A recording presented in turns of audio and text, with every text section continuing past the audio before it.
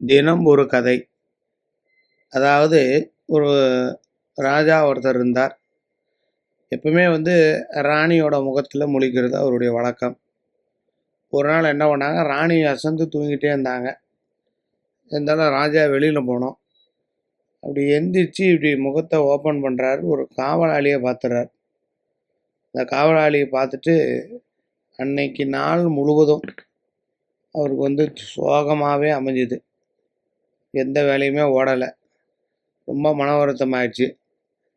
அன்னைக்கு இரவே அந்த காவலாளியை அழைச்சிட்டு வர சொன்னார்.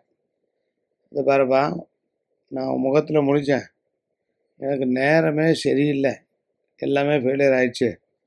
நீ ராசி இல்லாதவன். அதனால் உனக்கு தூக்கு தண்டனை அப்படின்னோடனே அவன் சிரிச்சுக்கிட்டே இருந்தான். ஏன் சிரிக்கிறப்பா? இல்லை ராஜா, நீங்கள் என் மூஞ்சியில் மூச்சுக்கு உங்களுக்கு நேரம் ஓடல. நான் உங்கள் மூஞ்சியில் மூச்சேன். எனக்கு தூக்கு தண்டனை. எவன் மூஞ்சி நல்ல மூஞ்சின்னு நீங்களே பார்த்துங்கன்ட்டான்.